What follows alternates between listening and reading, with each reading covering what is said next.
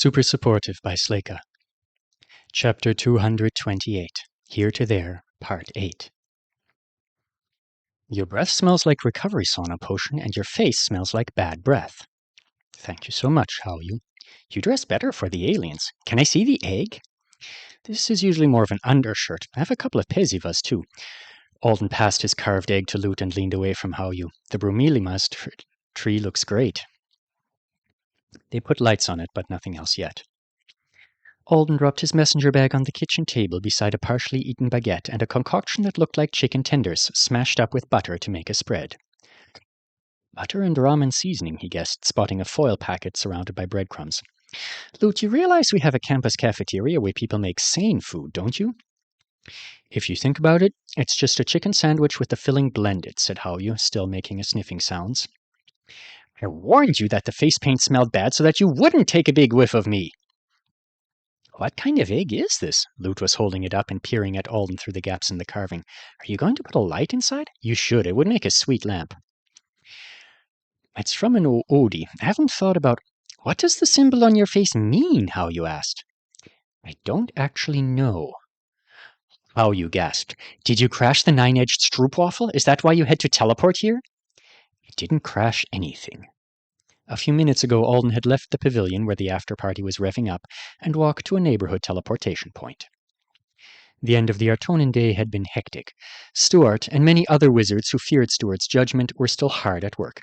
The primary's son had come to properly bless houses in a manner befitting the generosity of his knights and his own sense of occasion.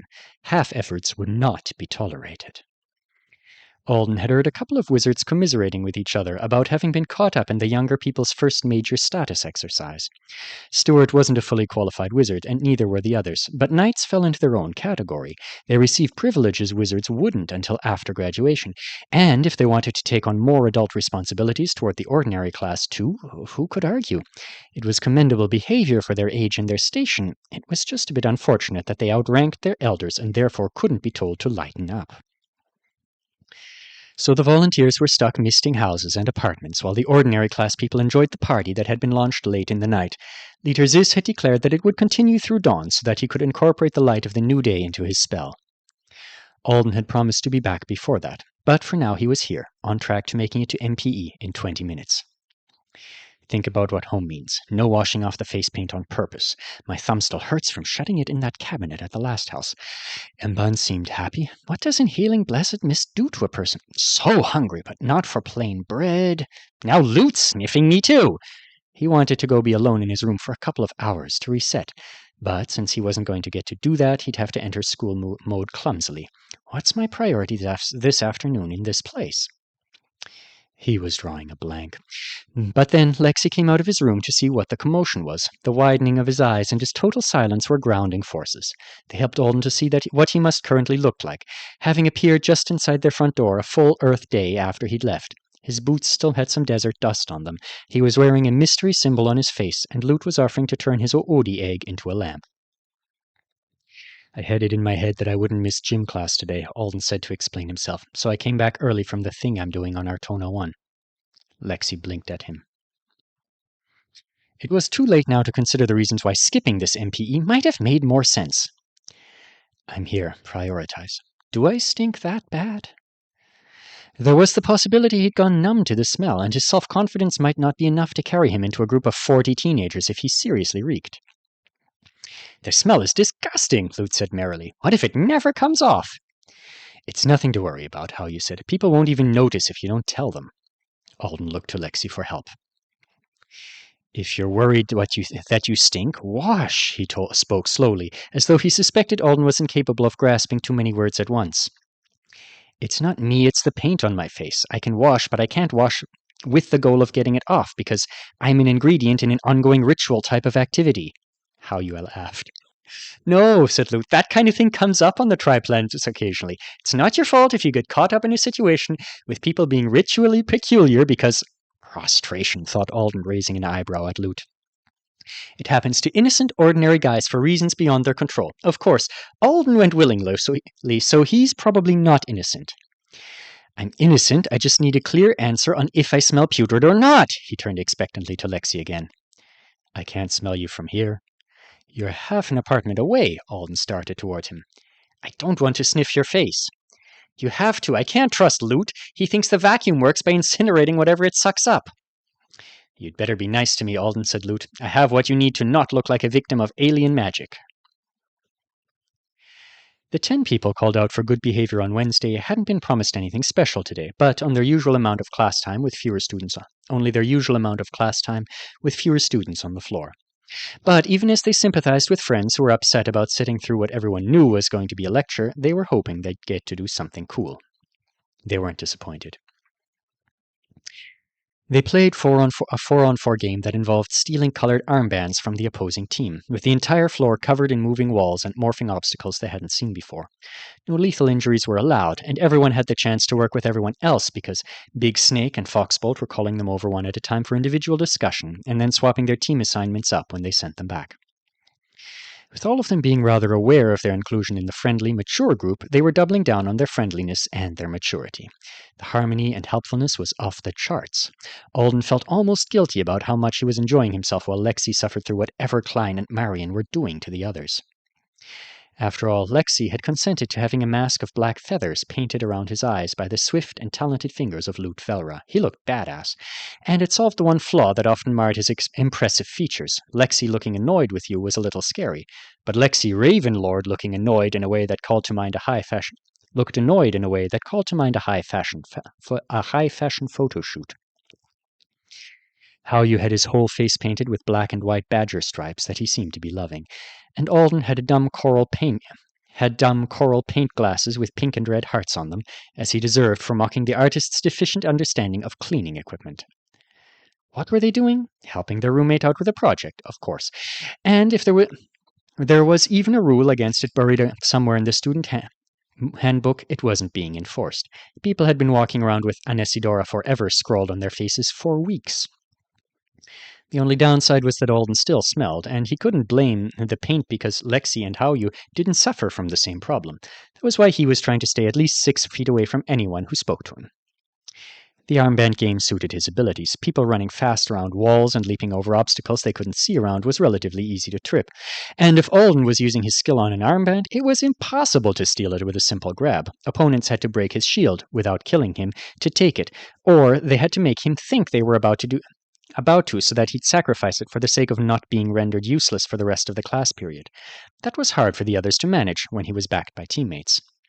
So far he'd only lost his band once, when one of Max's traps had made him a sitting duck for Ignacio, and Alden had decided it was an impractical moment to find out how many seconds it would take for Shrike to saw through Alden's protective magic with his Meister knives. Other than that, he was doing well, currently at Haoyu's expense. "Drop your shield, clown eyes, and fight me with your fists," Haoyu said. No thanks. Alden was still grinning because he'd successfully stolen Haoyu's purple armband, but he was scrambling back to the place where Lucille should be so that she could save him from his roommate. His shield was the same broad ribbon he'd lowered in front of Haoyu like a high-speed parking arm as the Durabru charged through a gap between 2 block-shaped obstacles.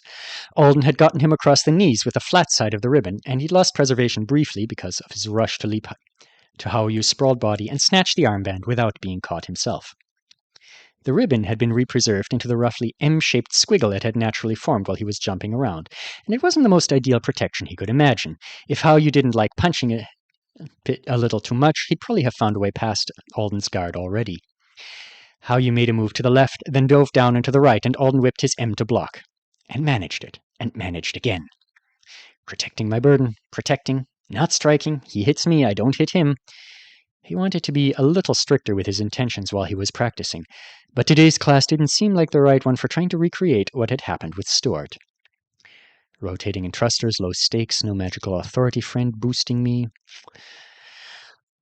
Lucille was there, though. She suddenly came from above and to the right, landing beside Haoyu. She wrapped her arms around Haoyu's chest and jumped, carrying him up to the top of a white cube the size of a small house, and holding him there while Alden raced toward the bucket where he needed to drop the armband to earn himself and his current teammates a point each.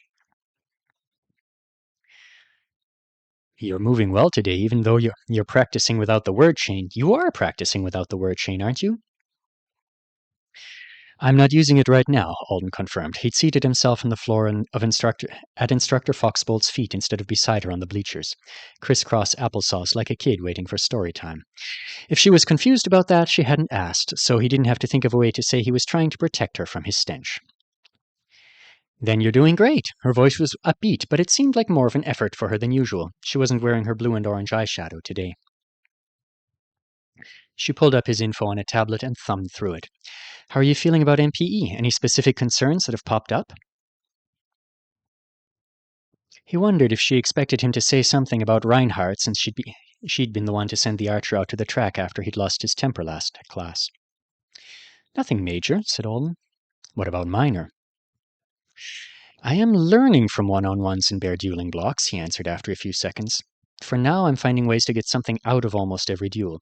But if we do that format many more times, I don't know if that will stay true. I'm not saying the class structure should change to suit me, but if we're going to be doing that particular thing every class between now and the end of term, I wouldn't mind having some more freedom with weapon selection.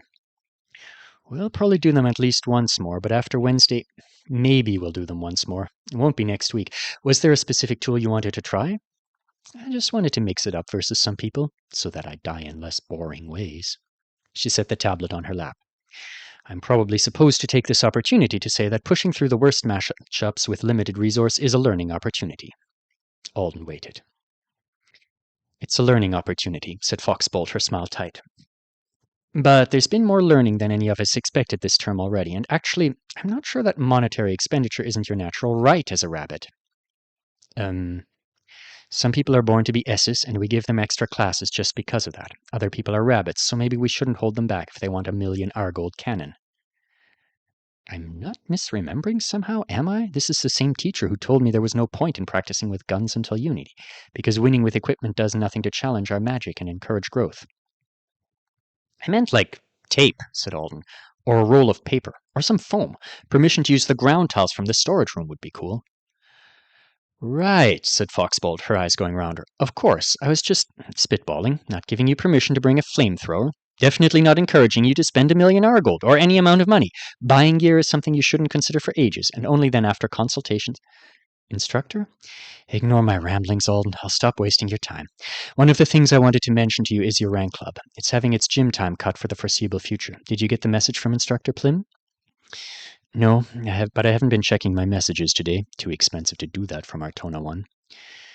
Then I'm sorry to be a bearer of bad news. Luna will be doing something fun for you all, knowing her, but it won't involve gym time until next quarter. The news wasn't a shock. And it hasn't been announced yet, Foxbolt said. But the class clubs are going to be making some changes too. I thought I should tell you about it because we don't have a rabbit class club. I am the rabbit class club, she chuckled. You are. I was going to suggest you join the Adjuster Club as an honorary member. Makes sense for a lot of reasons, but also I'm one of the advisors, and I know we'll be handling our reduced hours in a way that won't cut you out. And Max will be there. The other adjusters in their class would be there too. She was obviously trying to tell him he wouldn't be a lonely B rank if he came to hang out with them. Thanks. That sounds like a good opportunity for me. She picked up the tablet and looked at it again. You've really made an amazing amount of progress since joining the program. I know it's premature, but I'm excited to think about what you might be able to do in 7 years. 7 years? That's about the time you'll be getting your first job offers, she said. Alden blinked. Right. Of course, 7 years. Job offers. I know it sounds like forever at your age, said Foxbolt, but you'll be stepping out into the real world before you know it. And all the training you've done here will have paid off, and you'll be surprised how strong you are compared to most problems you face, even if your rank doesn't automatically make people sit up and take notice. What I'm saying is I hope you aren't feeling discouraged by the changes happening. Having your progress and effort rewarded with less opportunity while others get more based on rank is so unfair, but years from now, if you keep at it, you're going to get where you want to be. Where do I want to be? He wondered as their meeting finished up and rejoined the others. And what was the real world? And why couldn't Leader Ziss have asked him to contemplate something simpler than home? The rest of gym class was almost as fun as the first half had been. Ignacio let him hold a giant knife when he swapped teams, and Alden couldn't find much to worry in himself about the B-list club, or much anger at Winston, who'd rolled his eyes at him while running in at the end of the depressed group who'd had to miss the first hour of class. Jupiter gave him one heck of a look when she got several meters away, and Alden watched her watching him, thinking he should probably be alarmed. She could smell the paint, and who knew what else on him? Not the scent of someone who'd been at school today for sure. Not the scent he had when he came straight over from Matadero, either. Asking the system to enhance her nose might not have been as weird as I thought. It's practically a spy tool, and she'll be able to track people like a bloodhound if that's what she wants to do. He was sure all the normal school feelings would come back when he didn't have spit paint on his face and a light coating of herbs and bone in his hair. When he got back to the apartment, he finally showered, taking care not to wash off the ritual mark, just to be sure he wasn't breaking Liter Ziss's rules. Pink and red paint ran down his face toward the drain, and when he stepped out, only the coral hook around his eye remained. Before he left, he tore a page from a notebook and folded a single paper star for their tree.